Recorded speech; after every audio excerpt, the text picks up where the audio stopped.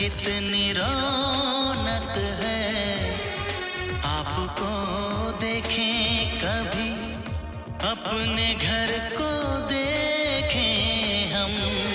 आपके आने से घर में कितनी रौनक है, आपको देखें कभी, अपने घर को देखें हम।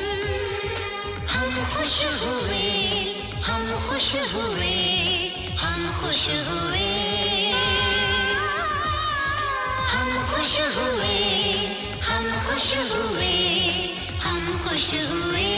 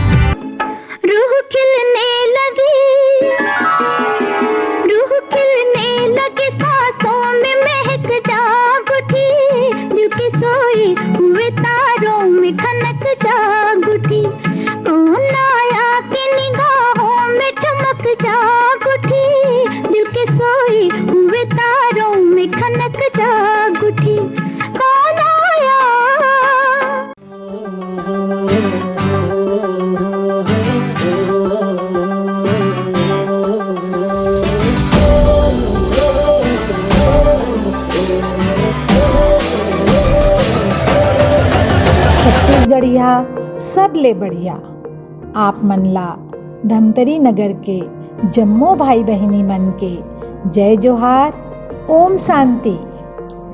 स्वागत, अभिनंदन, वंदन की शुभ बेला है आई। आज इस ब्यूटीफुल इवनिंग में, इस पवित्र तपोभूमि तपोवन के प्रांगण में जापान और फिलीपींस की डायरेक्टर अलौकिक श्रृंगार से श्रृंगारित आदरणीय रजनी दीदी जी का स्वागत है, वंदन है। मिलता कहीं ना अंत है, आज तो अपने हर्ष का मिलता कहीं ना अंत है। आगमन से आपके आनंद ही आनंद है, आगमन से आपके आनंद ही आनंद है।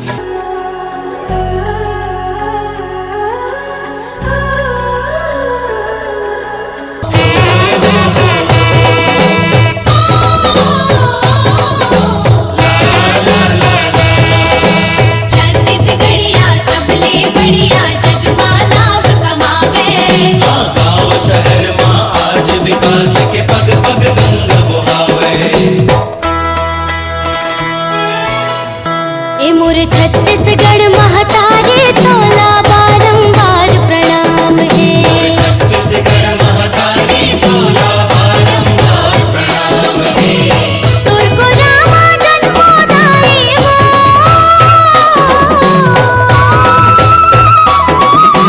तोर को रामा जन्मोदाई, इहे मोर अरमान है। मोर छत्तीसगढ़ महतारी तोला बारंबार प्रणाम है। ये मोर छत्तीसगढ़ महतारी तोला बारंबार प्रणाम है।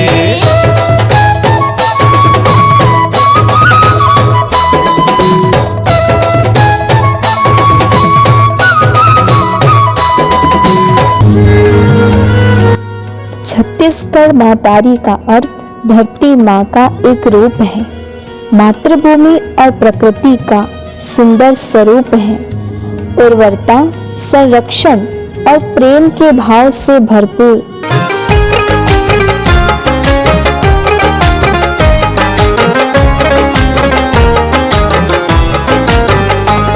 खुशियाँ बिखेर दी है यहाँ आपने तो आकर,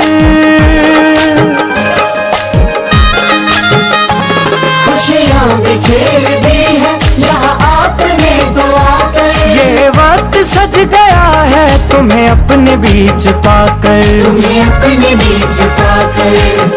कितना हम सबको लायक बना रही है, पूरे जोन को प्यार से सींच रही है ऐसी दीदी जी, जो बाबा ने, भाई जी और दीदी ने हमें तैयार करके दिया है, जो हमारे बीच आज पहुँचे हैं। तो मैं धन्यवाद करूं, अभिनंदन करूं, आभार करूं, मेरे पास कोई शब्द नहीं है,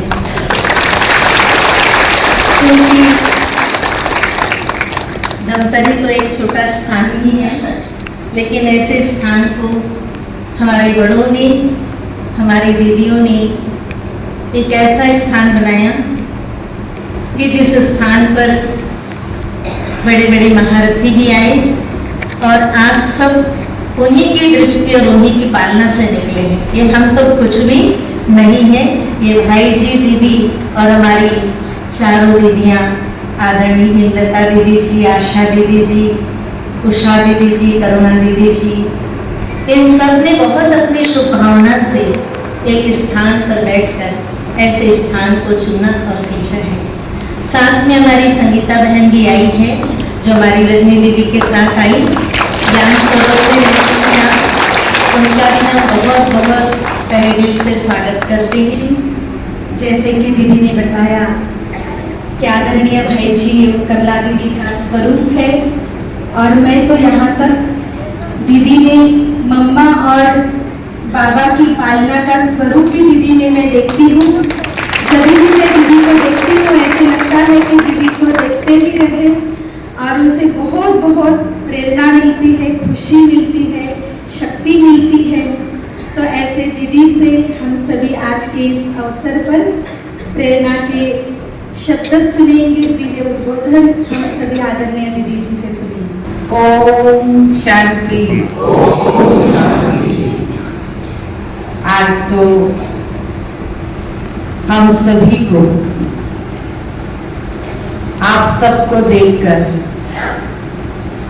ऐसा लग रहा है जैसे कि भगवान ने कोई अनमोल तोहफा आप सबको आज दे दिया है, मिला है ना अनमोल तोहफा। आज आप सब ने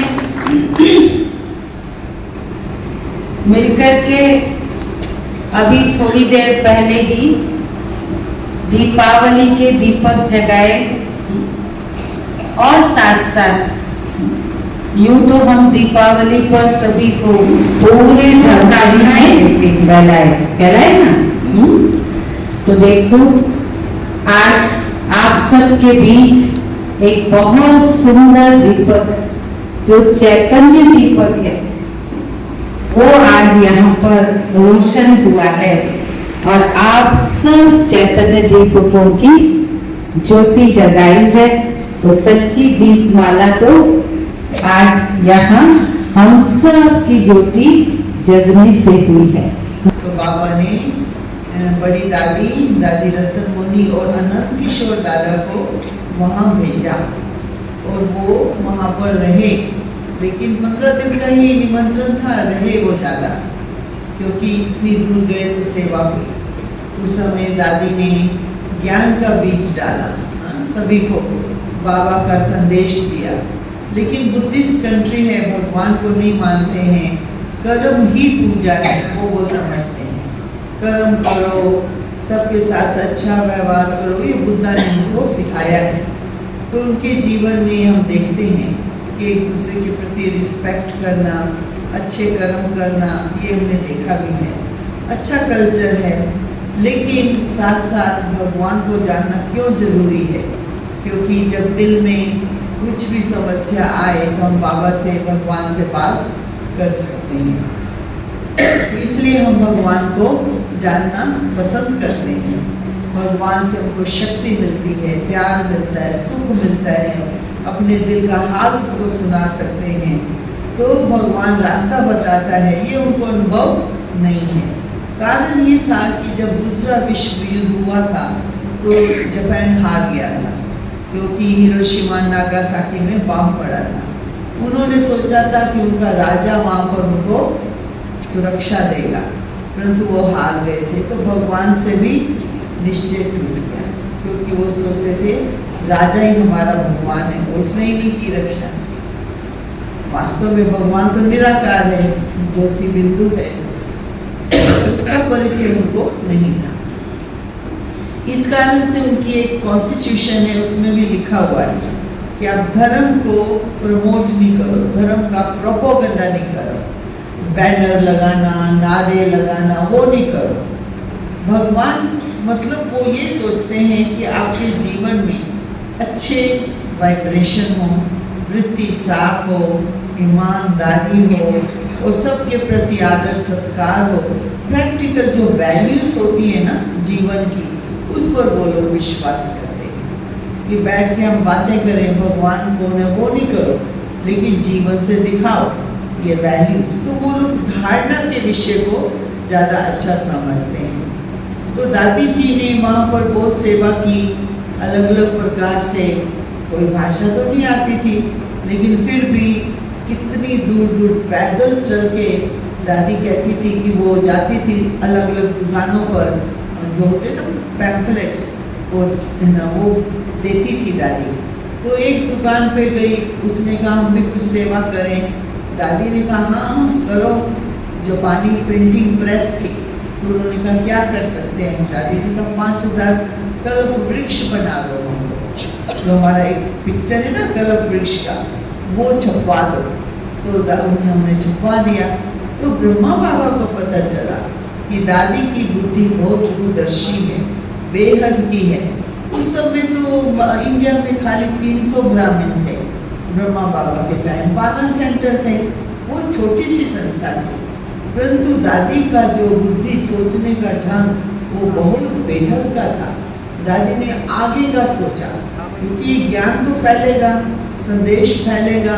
तो ब्रह्मा बाबा ने सोचा कि यही बच्चे आगे चलकर ब्रह्मा कुमारी संस्था की चीफ बनेगी। ये बाबा त्रिकालदर्शी था और किसी की विशेषता को देख करके भगवान का कार्य कैसे आगे बढ़ाएगी ये आत्मा, बाबा ने पहचाना दादी को। और दादी एक बार बात बहुत अच्छी बताती थी हमको कि जब वो लोग जापान में थे तो उनको खाना खाली चावल मिलता था और एक टमाटर जैसा फल होता है ना प्रसिमम, वो मिलता था। वो खा करके ये लोग रह जाते थे। तो उसने लिखा बाबा यहाँ बहुत महंगा देश है, तो हम तो यही खाते हैं। बाबा ने कहा चलो ब्रेड खा लो, मशीन की बनी हुई। तो दादी ने कहा बाबा आप खाते हो? बाबा ने कहा नहीं, तो मैं क्यों खाऊं? समझा इस बात को कि इतनी दूर जाकर के भी नहीं तो मन फिसल जाता है।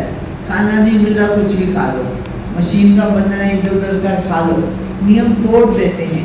दादी कहती नहीं हम तो नहीं नियम तोड़ेंगे, बाबा नहीं खाता तो हम भी नहीं खाएंगे। तो ऐसी परिस्थिति में भी दादी ने नियम को, संयम को पक्का रखा। ये दादी की विशेषता थी। तो दादी जी जब आए वापस, वो सब इंडोनेशिया और मलेशिया, सिंगापुर, सब तरफ से सेवा करके आई थी। तो बाबा ने उनका बहुत जोर शोर से स्वागत किया कि मेरे बच्चे, हमारा उस समय संस्था जो है बेगरी पार्ट में थी। बेगरी पार्ट समझते हैं? उस समय बहुत कम धन आता था, डोनेशन आती थी संस्था को चलाने के लिए। सब ब्रह्मा बाबा का जो भी धन दौलत था वो सब बच्चों की सेवा में लग गया था। तो उस समय बहुत सिंपल लाइफ रहते थे, तो इसलिए बेगरी पार्ट कहते हैं उसको। तो लेकिन बाबा ने उस बेगरी पार्ट में भी उनको भेजा सेवा के लिए, और वहाँ से वो सफलता पूर्वक वापस आए और बहुत बाबा ने उनका आदर सत्कार किया और वहाँ से फिर विदेश की सेवा चालू है। तो इस प्रकार से दादी ने सब जगह अपनी मन से मनसा सेवा की थी। बीज तो डाल दिया था, हाँ? जब बीज डल जाए तो फिर उसके बाद क्या निकलता है? फल। तो इस प्रकार से अभी फल निकलता है। उस समय कोई सेंटर नहीं था, परंतु बाद में सेंटर बने। कुछ जापानीज लोगों ने ज्ञान समझा और निमित्त बने और बाबा का कार्य कर रहे हैं।